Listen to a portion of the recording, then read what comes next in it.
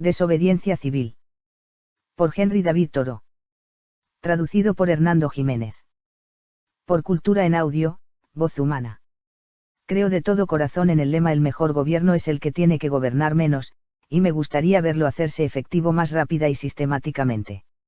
Bien llevado, finalmente resulta en algo en lo que también creo: el mejor gobierno es el que no tiene que gobernar en absoluto. Y cuando los pueblos estén preparados para ello, ese será el tipo de gobierno que tengan. En el mejor de los casos, el gobierno no es más que una conveniencia, pero en su mayoría los gobiernos son inconvenientes y todos han resultado serlo en algún momento. Las objeciones que se han hecho a la existencia de un ejército permanente, que son varias y de peso, y que merecen mantenerse, pueden también por fin esgrimirse en contra del gobierno. El ejército permanente es solo el brazo del gobierno establecido. El gobierno en sí, que es únicamente el modo escogido por el pueblo para ejecutar su voluntad, está igualmente sujeto al abuso y la corrupción antes de que el pueblo pueda actuar a través suyo. Somos testigos de la actual guerra con México, obra de unos pocos individuos comparativamente, que utilizan como herramienta al gobierno actual. En principio, el pueblo no habría aprobado esta medida. El gobierno de los Estados Unidos, que es sino una tradición, bien reciente por cierto, que lucha por proyectarse intacta hacia la posteridad, pero perdiendo a cada instante algo de su integridad. No tiene la vitalidad y fuerza de un solo hombre, porque un solo hombre puede doblegarlo a su antojo. Es una especie de fusil de madera para el mismo pueblo, pero no es por ello menos necesario para ese pueblo, que igualmente requiere de algún aparato complicado que satisfaga su propia idea de gobierno. Los gobiernos demuestran, entonces, cuán exitoso es imponérsele a los hombres y aún, hacerse ellos mismos sus propias imposiciones para su beneficio. Es excelente, tenemos que aceptarlo. Sin embargo, este gobierno nunca adelantó una empresa, excepto por la algarabía con la que sacó el cuerpo. No mantiene al país libre. No deja al oeste establecido. No educa. El carácter inherente al pueblo americano es el responsable de todo lo que se ha logrado, y hubiera hecho mucho más si el gobierno no le hubiera puesto zancadilla, como ha ocurrido tantas veces. Porque el gobierno es una estratagema por la cual los hombres intentan dejarse en paz los unos a los otros y llega al máximo de conveniencia cuando los gobernados son dejados en paz. Si el mercado y el comercio no estuvieran hechos de caucho, jamás lograrían salvar los obstáculos que los legisladores les atraviesan en forma sistemática. Y si uno fuera a juzgar a esos señores solo por el efecto de sus acciones, y no en parte por sus intenciones, merecerían ser castigados como a los malhechores que atraviesan troncos sobre los rieles del ferrocarril. Pero, para hablar en forma práctica y como ciudadano, a diferencia de aquellos que se llaman antigobiernistas, yo pido, no como antigobiernista sino como ciudadano, y de inmediato, un mejor gobierno. Permítasele a cada individuo dar a conocer el tipo de gobierno que lo impulsaría a respetarlo y eso ya sería un paso ganado para obtener ese respeto. Después de todo, la razón práctica por la cual, una vez que el poder está en manos del pueblo, se le permite a una mayoría, y por un periodo largo de tiempo, regir, no es porque esa mayoría esté tal vez en lo correcto, ni porque le parezca justo a la minoría, sino porque físicamente son los más fuertes. Pero un gobierno en el que la mayoría rige en todos los casos no se puede basar en la justicia, aun en cuanto ésta es entendida por los hombres. No puede haber un gobierno en el que las mayorías no decidan de manera virtual lo correcto y lo incorrecto sino a conciencia, en el que las mayorías decidan solo los problemas para los cuales la regulación de la conveniencia sea aplicable. Tiene el ciudadano en algún momento, o en últimas, que entregarle su conciencia al legislador. ¿Para qué entonces la conciencia individual? Creo que antes que súbditos tenemos que ser hombres. No es deseable cultivar respeto por la ley más de por lo que es correcto. La única obligación a la que tengo derecho de asumir es a la de hacer siempre lo que creo correcto. Se dice muchas veces, y es cierto, que una corporación no tiene conciencia, pero una corporación de personas conscientes es una corporación con conciencia. La ley nunca hizo al hombre un ápice más justo, y a causa del respeto por ella, aún el hombre bien dispuesto se convierte a diario en el agente de la injusticia. Resultado corriente y natural de un indebido respeto por la ley es el ver filas de soldados, coronel, capitán, sargento, polvoreros, etc., marchando en formación admirable sobre colinas y cañadas rumbo a la guerra, contra su voluntad, contra su sentido común y sus conciencias, lo que hace la marcha más ardua y produce un pálpito en el corazón. No les cabe duda de que la tarea por cumplir es infame, todos están inclinados hacia la paz. Pero, ¿qué son? ¿Son hombres acaso? ¿O pequeños fuertes y polvorines al servicio de algún inescrupuloso que detenta el poder? Visiten un patio de la Armada y observen un marino, el hombre que el gobierno americano puede hacer, o mejor en lo que lo puede convertir con sus artes nigrománticas, una mera sombra y reminiscencia de humanidad, un desarraigado puesto de lado y firmes, y, se diría, enterrado ya bajo las armas con acompañamiento fúnebre, aunque puede ser que no se oyó ni un tambor. Ni la salva de adiós escuchamos. Cuando el cuerpo del héroe y su honor en la tumba en silencio enterramos. La masa de hombres sirve pues al Estado, no como hombres sino como máquinas, con sus cuerpos. Son el ejército erguido, la milicia, los carceleros, los alguaciles, posse comitatus, etc. En la mayoría de los casos no hay ningún ejercicio libre en su juicio o en su sentido moral, ellos mismos se ponen a voluntad al nivel de la madera, la tierra, las piedras, y los hombres de madera pueden tal vez ser diseñados para que sirvan bien a un propósito. Tales hombres no merecen más respeto que el hombre de paja o un bulto de tierra. Valen lo mismo que los caballos y los perros. Aunque aún en esta condición, por lo general son estimados como buenos ciudadanos. Otros, como la mayoría de los legisladores, los políticos, abogados, clérigos y oficinistas, sirven al Estado con la cabeza, y como rara vez hacen distinciones morales, están dispuestos, sin proponérselo, a ponerle una vela a Dios y otra al diablo. Unos pocos, como héroes, patriotas, mártires, reformadores en el gran sentido, y hombres, sirven al Estado a conciencia, y en general le oponen resistencia. Casi siempre son tratados como enemigos. El hombre sabio será útil solo como hombre, y no aceptará ser arcilla o abrir un hueco para escapar del viento, sino que dejará ese oficio a sus cenizas. Soy nacido muy alto para ser convertido en propiedad. Para ser segundo en el control. O útil servidor e instrumento. De ningún estado soberano del mundo. El que se entrega por completo a sus congéneres les parece a ellos inútil y egoísta, pero aquel que se les entrega parcialmente es considerado benefactor y filántropo.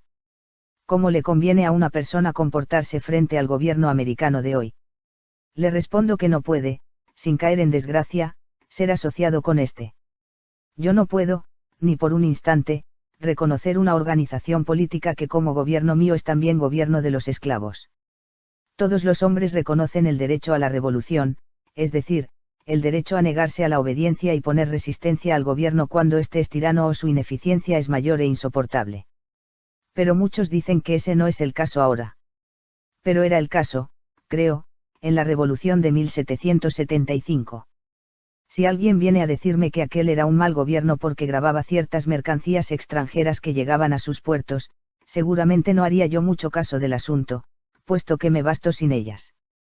Toda máquina produce una fricción, y esta probablemente no es suficiente para contrarrestar el mal. En todo caso, es un gran mal hacer gran bulla al respecto. Pero cuando la fricción se apodera de la máquina y la opresión y el robo se organizan, les digo, no mantengamos tal máquina por más tiempo. En otras palabras, cuando una sexta parte de la población de una nación que ha tomado como propio ser el refugio de la libertad está esclavizada, y todo un país está injustamente subyugado y conquistado por un ejército extranjero y sujeto a la ley militar, no creo que sea demasiado pronto para que los honestos se rebelen y hagan revolución. Lo que hace más urgente esta obligación es que el país así dominado no es el nuestro y lo único que nos queda es el ejército invasor. Paley, conocida autoridad con muchos otros en asuntos morales, en su capítulo sobre obligación a la obediencia al gobierno civil, resuelve toda obligación moral a la conveniencia y continúa diciendo que en cuanto el interés de toda la sociedad lo requiera, es decir, en cuanto al gobierno establecido no se pueda oponer resistencia o cambiar sin inconveniencia pública, es la voluntad de Dios que el gobierno establecido sea obedecido y no más. Al admitir este principio, la justicia de cada caso específico de resistencia se reduce al cómputo de la cantidad de peligro y afrenta, por un lado, y a la probabilidad y costo de remediarlo, por el otro. De esto, dice, cada persona juzgará por sí misma. Pero parece que Paley nunca contempló aquellos casos en los que la ley de conveniencia no es aplicable, en los que un pueblo, tanto como un individuo, debe ejercer justicia, cueste lo que cueste. Si injustamente le he arrebatado una tabla a un hombre que se está ahogando, Debo devolvérsela aunque yo me ahogue. Esto, según Paley, no sería conveniente. Pero aquel que salve su vida en tal forma, la perderá. Este pueblo tiene que dejar de tener esclavos y de hacerle la guerra a México, aunque le cueste su propia existencia como pueblo. En sus prácticas, las naciones están de acuerdo con Paley, pero ¿cree alguien que Massachusetts está haciendo lo correcto en la crisis actual? Una puta por estado, recamado de plata. Que le lleven la cola, pero que deja la huella de su alma en la mugre. En la práctica, quienes se oponen a una reforma en Massachusetts no son 100 políticos del sur, sino 100.000 comerciantes y granjeros del norte, quienes están más interesados en el comercio y la agricultura que en la humanidad, y no están preparados para hacer justicia a los esclavos y a México, cueste lo que cueste. Yo no lucho con adversarios lejanos, sino en contra de quienes, aquí mismo en casa, cooperan y licitan por los que están lejos, y sin los cuales estos últimos serían inofensivos. Estamos acostumbrados a decir que las masas no están preparadas, pero las mejoras son lentas, porque los pocos no son ni materialmente más sabios ni mejores que los muchos. No es tan importante que muchos sean tan buenos como usted, como que haya alguna bondad absoluta en alguna parte, porque ella será la levadura para todo el conjunto. Hay miles de personas que se oponen a la esclavitud y la guerra, pero sin embargo no hacen nada para terminarlas. Hay quienes, considerándose hijos de Washington y Franklin, se sientan con las manos en los bolsillos, y dicen que no saben qué hacer, y no hacen nada. Hay quienes, anteponen el asunto del libre comercio al de la libertad y leen muy calmados las cotizaciones junto con los últimos informes sobre México, después de la cena, y hasta se quedan dormidos sobre ellos. ¿Cuál es la cotización para un hombre honesto y patriota hoy? Ellos se lo preguntan, tienen remordimientos y hasta redactan un memorial, pero no hacen nada con convicción y efecto. Esperan, muy bien dispuestos, a que otros le pongan remedio al mal, para que ya no les remuerda.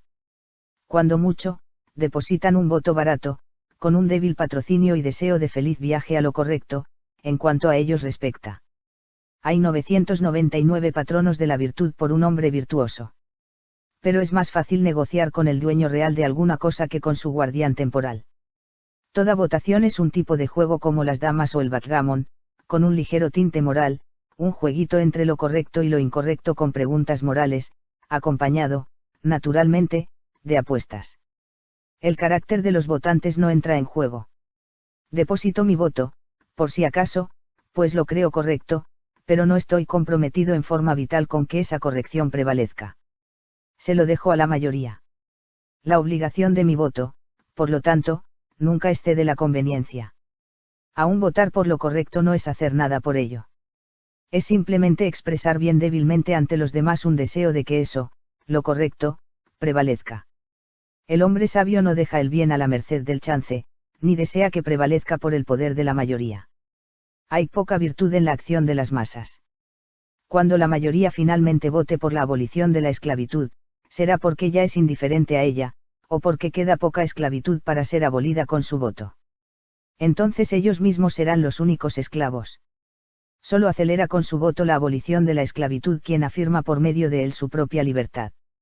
Me entero de una convención a reunirse en Baltimore, o en alguna otra parte, para escoger un candidato a la presidencia, convención formada principalmente por editores y políticos de profesión, pero me pregunto, ¿qué representa para una persona independiente, inteligente y respetable la decisión que allí se tome? No tenemos, sin embargo, la ventaja de la sabiduría y la honestidad. No contamos con algunos votos independientes. No hay muchas personas en este país que no asisten a convenciones. Pero no, encuentro que el llamado hombre respetable ha sido arrastrado de su posición, y se desespera de su país, cuando su país tiene más razones para desesperarse de él. En el acto, adopta a uno de los candidatos seleccionados, como el único disponible, probando que él mismo está disponible para cualquier propósito del demagogo. Su voto no tiene más valor que el de cualquier extranjero sin principios o nacional a sueldo, que haya sido comprado. Loa al hombre que es hombre, o, como dice un vecino, es hueso difícil de roer. Nuestras estadísticas están erradas, la población es presentada exageradamente grande. ¿Cuántos habitantes hay por milla cuadrada en este país? Escasamente uno.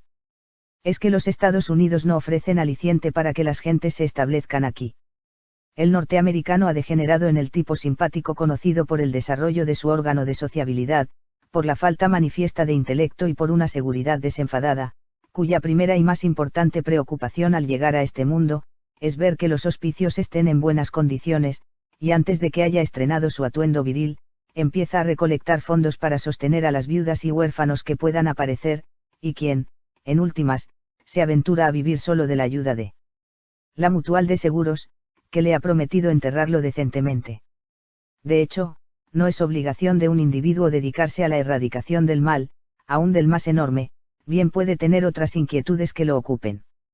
Pero es su obligación al menos lavarse las manos de ese mal, y si no le dedica mayor pensamiento, tampoco debe darle su apoyo en la práctica. Si yo me dedico a otras empresas y contemplaciones, debo ante todo ver que no las emprenda montado sobre los hombros de otro.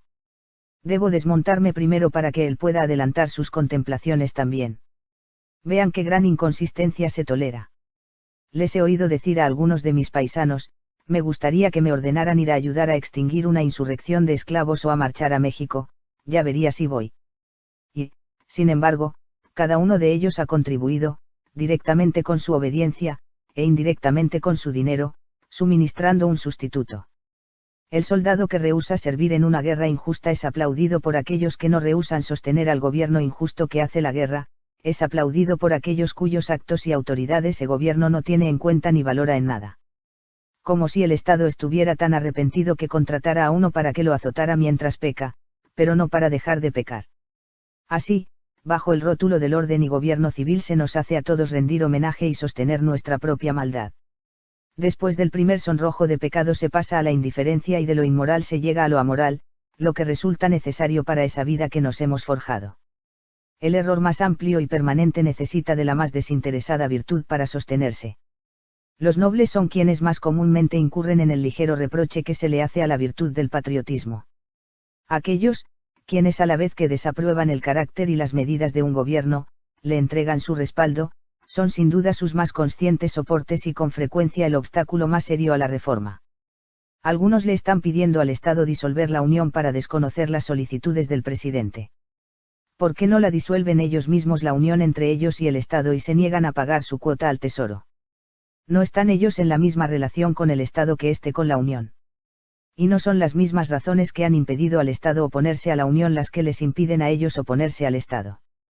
¿Cómo puede una persona estar satisfecha con solo mantener una opinión y al mismo tiempo disfrutarlo?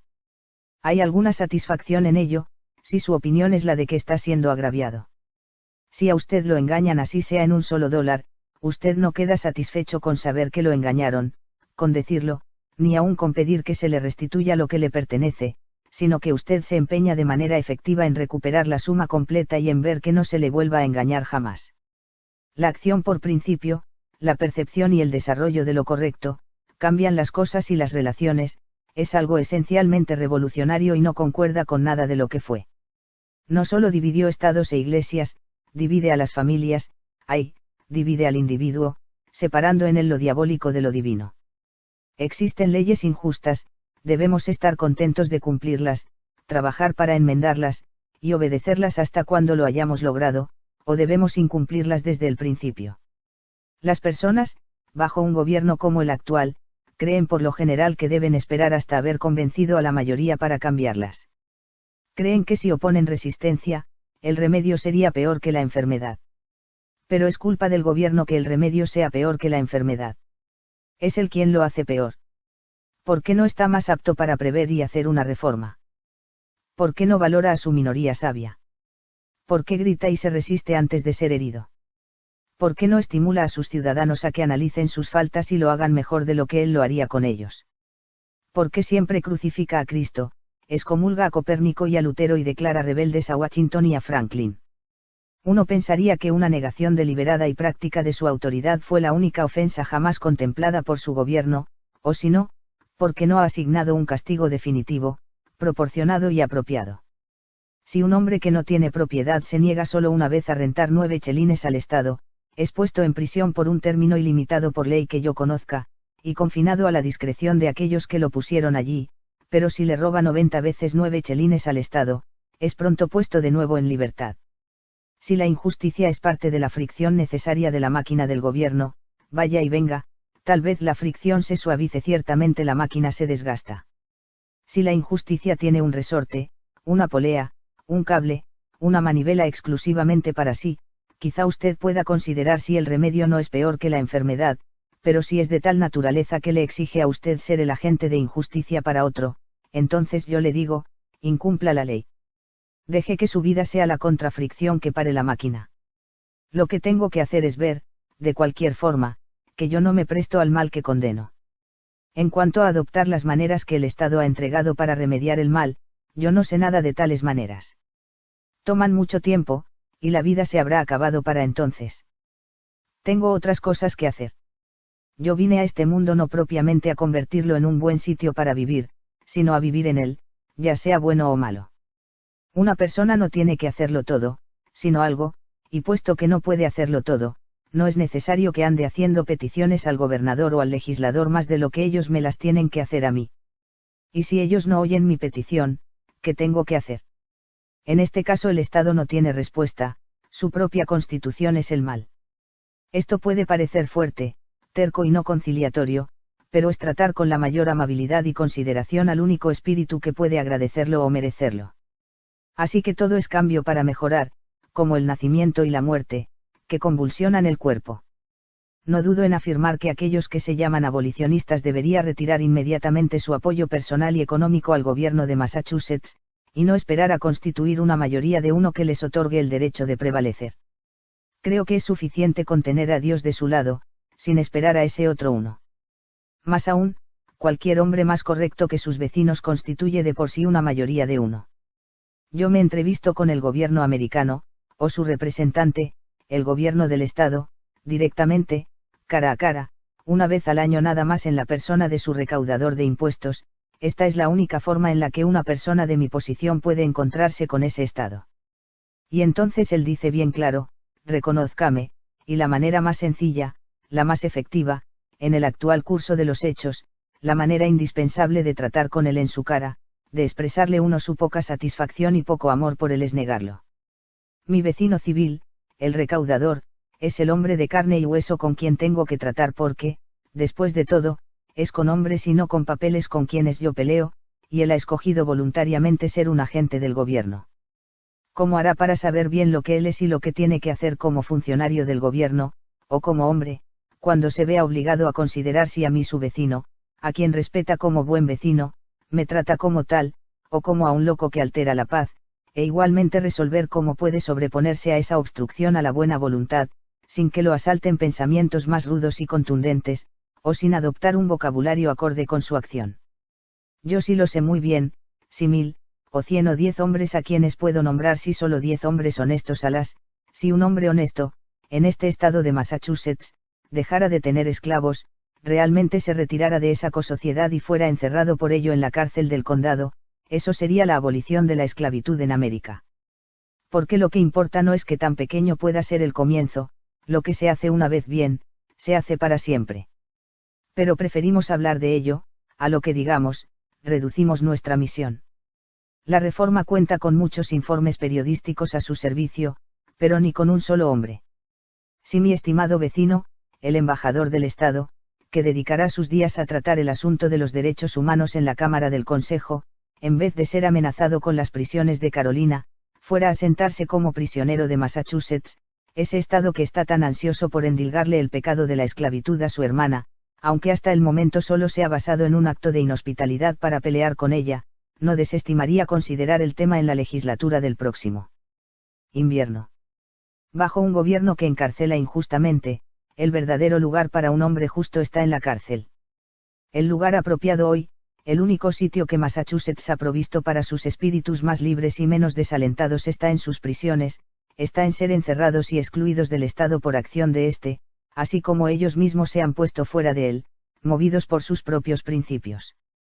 Es allí donde los deben encontrar el esclavo fugitivo, el prisionero mexicano puesto en libertad bajo palabra y el indio que vino a interceder por las faltas imputadas a su raza. Es allí, en ese suelo separado, pero más libre y honorable, donde el Estado coloca a los que no están con él, sino en su contra, donde el hombre libre puede habitar con honor. Si alguien piensa que su influjo se pierde allí, y que su voz ya no llega al oído del Estado, que él mismo no es visto como el enemigo dentro de sus muros, no sabe que tanto la verdad es más fuerte que el error, ni que tanto puede elocuente y efectivamente combatir la injusticia quien la ha experimentado en su propia persona. Deposite su voto completo, no solo una tira de papel, sino todo su influjo. Una minoría es impotente, ni siquiera es una minoría, mientras se amolde a las mayorías, pero se vuelve insostenible cuando obstaculiza con todo su peso. Si la alternativa es mantener a todos los justos presos o renunciar a la esclavitud y la guerra, el Estado no dudará en escoger. Si 1000 ciudadanos no pagaran sus impuestos este año, esa no sería una medida violenta y sangrienta, como si lo sería pagarlos, habilitando al Estado para que ejerza violencia y derrame sangre inocente. Esta es, de hecho, la definición de una revolución pacífica, si es que tal revolución es posible. Si el recaudador, o cualquier otro funcionario como ya ha sucedido, me pregunta, ¿y entonces qué hago?, mi respuesta es, si usted de verdad quiere hacer algo, renuncie al puesto. Cuando el súbdito se ha negado a someterse y el funcionario renuncia a su cargo, la revolución se ha logrado. Y no hay también derramamiento de sangre cuando se hiere la conciencia. Por esta sangre brotan la hombría y la inmortalidad de un ser humano y esa sangre fluye hacia una muerte eterna. Veo esa sangre fluyendo ahora. Hasta ahora, he considerado el encarcelamiento del transgresor más que la confiscación de sus bienes, aunque ambos sirven el mismo propósito, porque aquellos que se sostienen en la corrección más pura, y en consecuencia son más peligrosos para el Estado corrupto, generalmente no han dedicado mucho tiempo a acumular propiedades. A ellos, el Estado comparativamente les presta poco servicio, y un pequeño impuesto es costumbre que parezca exorbitante, particularmente si se les obliga a pagarlo con trabajo de sus propias manos. Si hubiese alguien que viviera completamente sin el uso del dinero, el Estado mismo dudaría en exigírselo. Pero el rico, sin hacer comparaciones odiosas, está siempre vendido a la institución que lo hace rico. En estricto sentido, a más dinero menos virtud, porque el dinero se interpone entre la persona y sus objetivos y los obtiene para él, ciertamente, no fue gran virtud obtenerlo. El dinero pone de lado muchas preguntas que de otra manera la persona se vería obligada a responder, mientras que la nueva pregunta es difícil pero superflua: ¿cómo gastarlo? Así, le han quitado a la persona su piso moral. Las oportunidades de vivir se disminuyen en proporción al aumento de los llamados medios de subsistencia. Lo mejor que una persona puede hacer por su cultura cuando es rica, es realizar los esquemas que se propuso cuando era pobre. Cristo respondía a los súbditos de Herodes según su condición. Mostradme vuestro dinero del tributo, les decía, y uno sacó un centavo del bolsillo. Si usáis dinero acuñado con la imagen del César, y que él ha hecho corriente y valioso, es decir, sois un hombre del Estado y disfrutáis a gusto de las ventajas del gobierno del César, entonces retribuid con algo de lo que le pertenece cuando él os lo pide. Dad al César lo que es del César y a Dios lo que es de Dios, y no los dejaba más sabios en cuanto cuál era para cuál, porque ellos no querían saber. Cuando yo converso con el más libre de mis vecinos, me doy cuenta de que cualquier cosa que mi interlocutor diga sobre la magnitud y seriedad de un asunto, lo mismo que su preocupación por la tranquilidad pública, me la presenta sujeta a la protección del gobierno vigente y más bien se espanta de las consecuencias que la desobediencia les pueda acarrear a su propiedad y a sus familias. Por mi parte, no quiero ni pensar que alguna vez dependa de la protección del Estado. Pero si yo niego la autoridad del Estado cuando éste me presenta la cuenta de los impuestos, pronto se llevarán y gastarán mis propiedades y me acosarán a mí y a mis hijos indefinidamente. Esto es doloroso. Esto hace imposible a la persona vivir honestamente y al tiempo con comodidad en lo que a exterioridades respecta. No vale la pena acumular propiedades que de seguro se volverán a ir. Hay que alquilar o invadir cualquier predio, cultivar una pequeña cosecha y comérsela pronto. Hay que vivir dentro de sí mismo y depender de uno mismo, siempre arremangado y listo a arrancar, sin tener muchos asuntos pendientes. Un hombre puede volverse rico en Turquía, si es en todo aspecto un buen súbdito del gobierno turco. Confucio dijo, si un Estado es gobernado por los principios de la razón, la pobreza y la miseria son objeto de vergüenza; si el Estado no es gobernado por los principios de la razón, la riqueza y los honores son objeto de vergüenza. No, hasta cuando se me extienda la protección de Massachusetts hasta un puerto en el sur, donde mi libertad esté en peligro, o hasta cuando me dedique a aumentar mi patrimonio aquí con industriosidad pacífica, me puedo dar el lujo de rehusar la sumisión a Massachusetts, y a su derecho sobre mi propiedad y mi vida. En todo caso, me sería más barato sufrir el castigo por desobediencia al Estado que obedecer. Me sentiría que yo mismo valdría menos. Hace unos años, el Estado me llamó a favor de la Iglesia y me conminó a pagar una suma para el mantenimiento de un clérigo, cuyos sermones mi padre escuchaba, pero yo no. Pague, se me dijo, o será encerrado en la cárcel. Yo me negué a pagar. Desgraciadamente, otra persona consideró apropiado hacerlo por mí. Yo no entendía por qué el maestro de escuela tenía que pagar impuesto para sostener al cura, y no el cura para sostener al maestro, así yo no fuera maestro del Estado, sino que me sostenía por suscripción propia. Yo no veía por qué el liceo no podía presentar su cuenta de impuestos y hacer que el Estado respaldara su petición lo mismo que la de la Iglesia.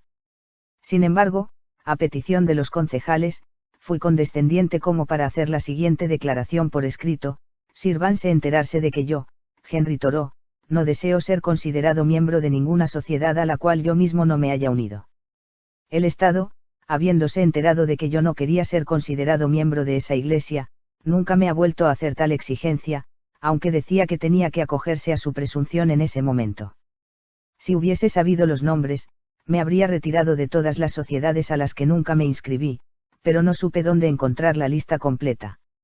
Hace 6 años que no pago el impuesto de empadronamiento. Me apresaron una vez por eso, por una noche. Y mientras meditaba sobre el grosor de los muros de piedra, de 2 o 3 pies de ancho, de la puerta de madera y hierro de 1 pie de espesor, y de las rejas de hierro por las que se colaba la luz, no pude evitar aterrarme de la tontería de aquella institución que me trataba como si yo no fuera más sino carne, sangre y huesos que encerrar. Concluí finalmente que esta era la mayor utilidad que el Estado podía sacar de mí y que nunca pensó en beneficiarse de alguna manera con mis servicios. Pensé que si había un muro de piedra entre mis conciudadanos y yo, había uno mucho más difícil de trepar o atravesar antes de que ellos pudieran llegar a ser tan libres como yo. Nunca me sentí encerrado, y los muros semejaban un gran desperdicio de piedra y argamasa. Sentí que yo era el único de mis conciudadanos que había pagado el impuesto. Ciertamente no sabían cómo tratarme, pero se comportaban como tipos maleducados. En cada amenaza y en cada lisonja se pifiaban, porque creían que lo que yo más quería era estar del otro lado del muro. Yo no podía sino sonreír de ver con qué laboriosidad cerraban la puerta a mis meditaciones, lo que los dejaba de nuevo sin oposición ni obstáculo, y esas meditaciones eran realmente lo único peligroso que allí había. Como no me podían atrapar, resolvieron castigar mi cuerpo, como niños, que si no pueden llegar a la persona a la que tienen tirria, le maltratan el perro. Observé que el Estado era ingenioso solo a medias, que era tímido. Como una viuda en medio de su platería, y que no diferenciaba sus amigos de sus enemigos, y así perdí lo que me quedaba de respeto por él y le tuve lástima. El Estado, pues, nunca confronta a conciencia la razón de una persona, intelectual o moralmente, sino solo su cuerpo, sus sentidos. No está equipado con un ingenio superior o una honestidad superior, sino con fuerza superior. Yo no nací para ser forzado. Respiro a mi manera. Ya veremos quién es el más fuerte. ¿Qué fuerza tiene una multitud? Solo me pueden forzar los que obedecen una ley más alta que yo. Quieren forzarme a que me vuelva como ellos. No escucho a quienes han sido forzados por las masas a vivir así o asá. ¿Qué vida es esa? Cuando un gobierno me dice, la bolsa o la vida, ¿por qué tengo que correr a darle mi plata? Pueden estar en apuros y no saber qué hacer, lo siento mucho. Ellos verán qué hacen. Que hagan como yo. No vale la pena lloriquear por eso. Yo no soy responsable de que la maquinaria de la sociedad funcione. No soy hijo del ingeniero. Solo veo que cuando una bellota y una castaña caen juntas, la una no se queda inerte para hacerle campo a la otra, ambas obedecen sus propias leyes y germinan y crecen y florecen lo mejor que pueden, hasta que una, quizás, eclipsa y destruye a la otra. Si una planta no puede vivir de acuerdo a la naturaleza, se muere, lo mismo el hombre. La noche en la prisión fue novedosa e interesante. Cuando entré, los prisioneros, en mangas de camisa, gozaban de una charla y del aire de la noche. Pero el carcelero dijo, vamos muchachos, es hora de encerrarlos. Entonces se dispersaron, y oí el ruido de sus pasos de regreso a la vacuidad de sus compartimentos. El carcelero me presentó a mi compañero como un tipo de primera y un hombre inteligente. Cuando cerraron la puerta, me indicó dónde colgar mi sombrero y me contó cómo arreglaba sus asuntos allí. Los cuartos eran blanqueados una vez al mes, y este, al menos, era el más blanco, el amoblado de forma muy sencilla y seguramente el más pulcro del pueblo. Naturalmente quería saber de dónde venía yo, qué me había traído. Cuando le hube contado, yo también le pregunté por qué estaba allí, bajo la presunción de que era un hombre honesto, y claro que lo era. Bien, dijo, me acusan de quemar un granero, pero nunca lo hice. Por lo que pude descubrir, él probablemente se había acostado borracho, fumando pipa, y el granero se incendió. Gozaba de la reputación de ser inteligente, había estado allí cerca de 3 meses esperando el juicio, y tendría que esperar otro tanto, pero estaba domesticado y contento, puesto que recibía alimentación gratis y se consideraba bien tratado. Él miraba por una ventana y yo por la otra. Observé que si uno se quedaba allí por largo tiempo su actividad central se reducía a mirar por la ventana. Pronto leí todas las huellas que allí quedaban y examiné por dónde se habían escapado los antiguos prisioneros, donde habían segueteado una reja y oí la historia de varios inquilinos de aquella celda. Descubrí que aún allí había historias y habladurías que nunca circulaban más allá de los muros de la prisión. Seguramente esta es la única casa del pueblo donde se escriben versos, que luego se imprimen en hojas que no se publican. Pude ver una larga lista de jóvenes que habían intentado escapar, quienes se vengaron cantando sus versos. Yo le sonsaqué a mi compañero todo lo que pude, movido por el temor de no volver a verlo, luego me indicó cuál era mi cama y me dejó apagar la vela. Tendido allí por una noche fue como viajar a un país remoto que nunca había esperado visitar. Me pareció que no había escuchado antes el llamado de las campanas del reloj del pueblo ni el sonido nocturno de la aldea, puesto que dormíamos con las ventanas abiertas, que daban a la parte interna de las rejas. Fue ver mi pueblo natal a la luz del medioevo y nuestro Concord convertido en un Rin, que pasaba con sus caballos y castillos. Oí las voces de antiguos burgueses por las calles. Fui el espectador y oyente involuntario de todo lo dicho y hecho en la posada vecina, una nueva y extraña experiencia. Fue una visión más cercana de mi pueblo. Me metí dentro. Nunca antes había visto sus instituciones. Esta es una de sus instituciones características porque este es un condado. Empecé a comprender lo que son sus habitantes. Por la mañana, nos pasaron el desayuno por un hueco de la puerta por donde cabían jarros de lata y una cuchara metálica.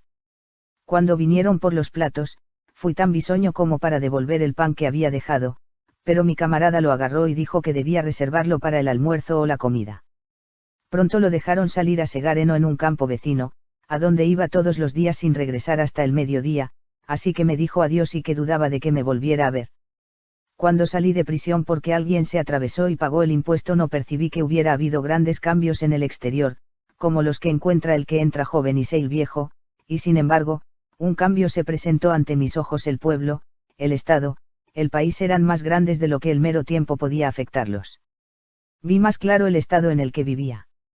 Vi hasta qué punto se podía tener como buenos amigos y vecinos a las personas entre quienes había vivido.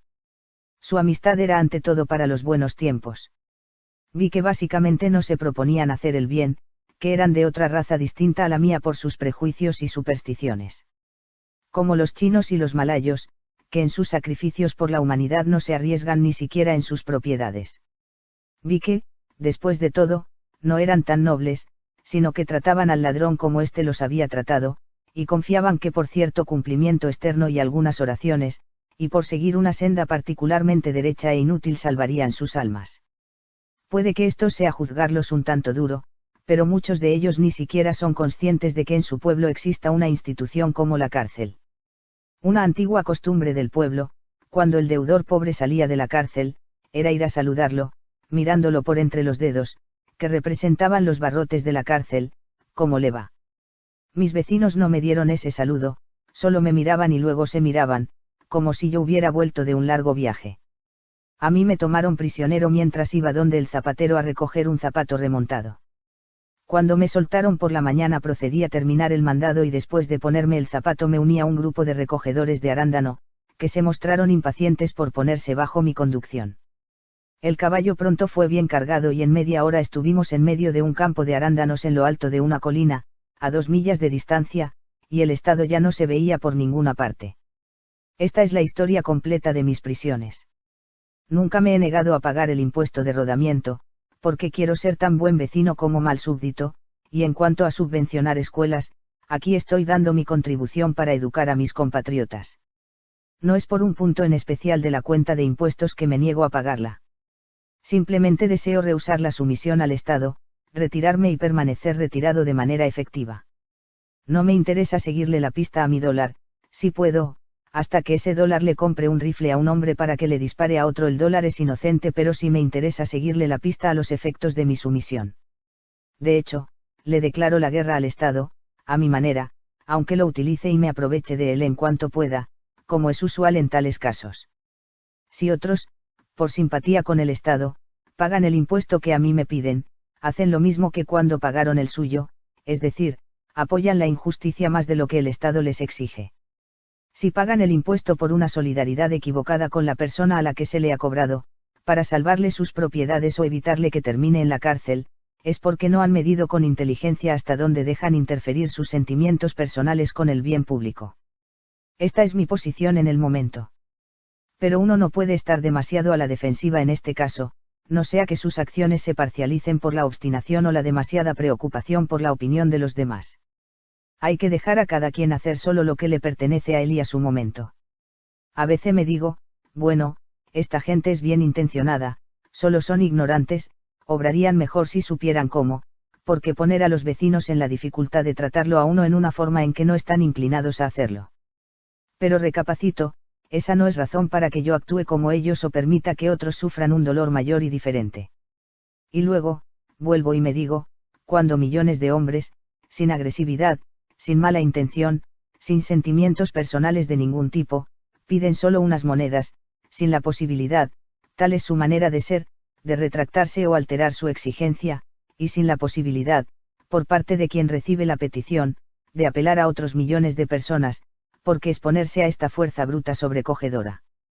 No nos oponemos al frío y al hambre, a los vientos y a las olas con tanta obstinación.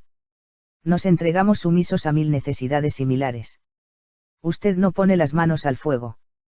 Pero también en la medida en que yo no veo esto como una fuerza bruta total sino como una fuerza humana en parte, y considero que yo tengo que ver con esos millones como lo tengo con millones de hombres, y no como brutos o cosas inanimadas, veo que esa apelación es posible, en primer lugar y de forma instantánea, de ellos a su creador y, en segundo lugar, de ellos a sí mismos. Pero si deliberadamente pongo las manos al fuego, no hay apelación al fuego, ni al creador del fuego, y solo yo tengo que culparme por ello.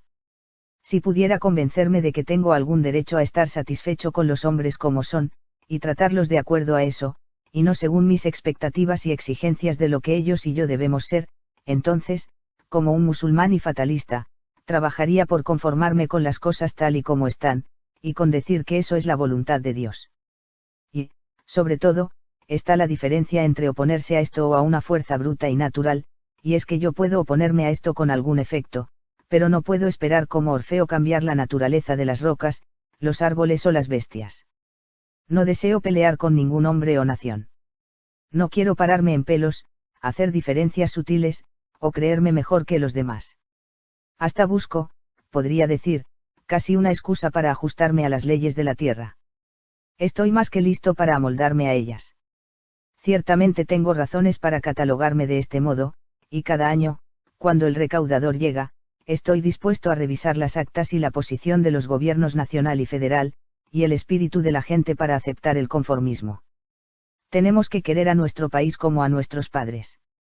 Debemos respetar los efectos y enseñar al alma asuntos de conciencia y religión, y no el deseo de dominio o beneficio.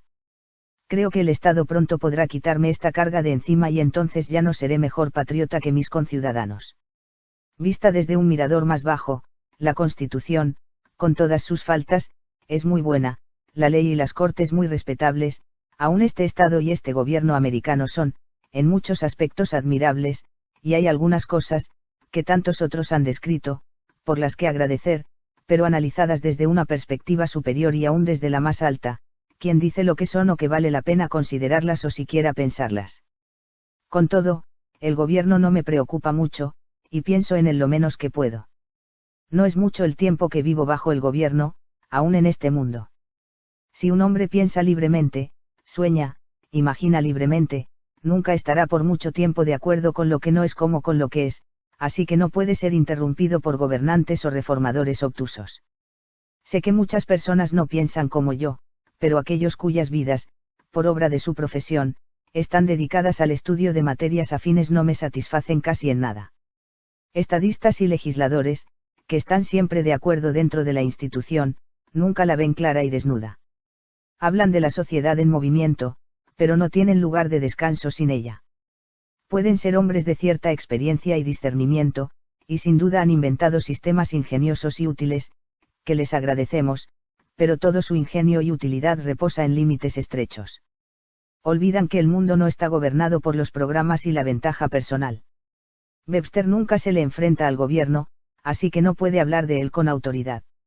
Sus palabras son sabiduría para aquellos legisladores que no contemplan reformas esenciales en el gobierno actual, pero para los pensadores y para aquellos que legislan para todo tiempo, Webster no acierta una. Conozco a aquellos cuya serena y sabia especulación sobre este tema pronto les hará ver la estrechez del pensamiento y el pupilaje de Webster. Con todo, comparado con los ordinarios alcances de muchos reformadores, y la aún más ordinaria sabiduría y elocuencia de los políticos en general, las de Webster son las casi únicas palabras razonables y valiosas, y le agradecemos al cielo por él. Comparativamente, es siempre fuerte, original y sobre todo, práctico. Sin embargo, su cualidad no es la sabiduría sino la prudencia. La verdad de los abogados no es la verdad, sino la consistencia o una conveniencia consistente. La verdad está siempre en armonía consigo misma y no está interesada en revelar la justicia que pueda concordar con el mal obrar. Webster merece ser llamado, como lo ha sido, el defensor de la Constitución. No se le pueden dar otros golpes distintos a los defensivos. No es un líder sino un seguidor. Sus líderes son los hombres de 1787. Yo nunca he hecho un esfuerzo, dice, y nunca propongo hacer un esfuerzo, nunca he apoyado un esfuerzo y no tengo intención de apoyarlo para interferir el acuerdo inicial por el cual los diversos estados formaron la Unión, y respecto de la aprobación que la Constitución otorgó a la esclavitud, puesto que era parte del paquete inicial déjenla ahí. A pesar de su agudeza y capacidad, Webster es incapaz de aislar un hecho de sus meras relaciones políticas, y verlo como se le presenta al intelecto por ejemplo, que incumbe a un hombre hacer aquí en América hoy respecto de la esclavitud sino que se aventura, o es llevado a dar una respuesta desesperada a lo siguiente, pretendiendo hablar de forma absoluta y como individuo particular de lo cual que nuevo y singular se puede sacar a favor de la obligación social. La forma, dice, como los gobiernos de los estados donde existe la esclavitud la regulen, está a su propia consideración, bajo la responsabilidad de sus constituyentes, según las leyes generales de la propiedad, humanidad y justicia y según Dios. Las asociaciones formadas en otra parte, salidas de sentimientos humanitarios, o por cualquier otra causa, no tienen nada que ver con ello. Nunca han recibido motivación de parte mía, y nunca la tendrán. Estos apartes han sido insertados, puesto que la conferencia fue leída. Oradonte. Aquellos que no conocen una fuente más pura de verdad, que no han buscado el manantial más arriba, se apoyan, y lo hacen sabiamente, en la Biblia y en la Constitución, y beben de ellas con reverencia y humanidad, pero aquellos que observan de dónde esa verdad vierte gota a gota a este lago o a aquel estanque se amarran los calzones y siguen su peregrinaje hacia el nacedero. No ha aparecido en América el genio legislador. Son raros en la historia del mundo. Hay oradores, políticos, y hombres elocuentes por miles, pero aún no ha abierto la boca el que tiene que formular las preguntas más molestas. Nos gusta la elocuencia en sí misma y no por la verdad que contenga o por cualquier acto heroico que inspire. Nuestros legisladores no han aprendido todavía el valor comparativo del libre cambio y la libertad, la unión y la rectitud hacia la nación. No tienen genio ni talento para hacerse preguntas humildes sobre impuestos y finanzas, comercio, manufactura y agricultura. Si se nos dejara solo a la ingeniosa oratoria de nuestros legisladores del Congreso para guiarnos, sin la corrección de la experiencia niveladora y las quejas efectivas del pueblo, América no podría mantener su rango entre las naciones. 1800 años, aunque quizás yo no tenga derecho a decirlo, lleva escrito el Nuevo Testamento, y sin embargo, ¿dónde está el legislador que tiene la sabiduría y el talento práctico para valerse de la luz que aquel irradia sobre la ciencia de la legislación? La autoridad del gobierno porque yo gustosamente obedeceré a aquellos que pueden actuar mejor que yo, y en muchas cosas hasta aquellos que ni saben ni pueden actuar también es una autoridad impura, porque para ser estrictamente justa tiene que ser aprobada por el gobernado. No puede tener derecho absoluto sobre mi persona y propiedad sino en cuanto yo se lo conceda. El paso de la monarquía absoluta a una limitada, de la monarquía limitada a la democracia, es el progreso hacia el verdadero respeto al individuo. Hasta el filósofo chino fue lo suficientemente sabio para ver en el individuo la base del imperio. Es la democracia que conocemos la última mejora posible de gobierno. No es posible adelantar un paso en el reconocimiento y la organización de los derechos del hombre. Jamás existirá un Estado realmente libre e iluminado hasta cuando ese Estado reconozca al individuo como un poder más alto e independiente, del cual se deriva su propio poder y autoridad y lo trate de acuerdo a ello. Me complace imaginar un Estado que finalmente pueda darse el lujo de ser justo con todos, y que trate al individuo con respeto, más aún, que no llegue a pensar que es inconsistente con su propia tranquilidad si unos cuantos viven separados de él, no mezclándose con él, sin abrazarlo, pero cumpliendo con su obligación de vecinos y compañeros. Un Estado que produjera este fruto y lo entregase tan pronto estuviese maduro abriría el camino para otro Estado, aún más perfecto y glorioso, que yo he soñado también, pero que aún no he visto por ninguna parte.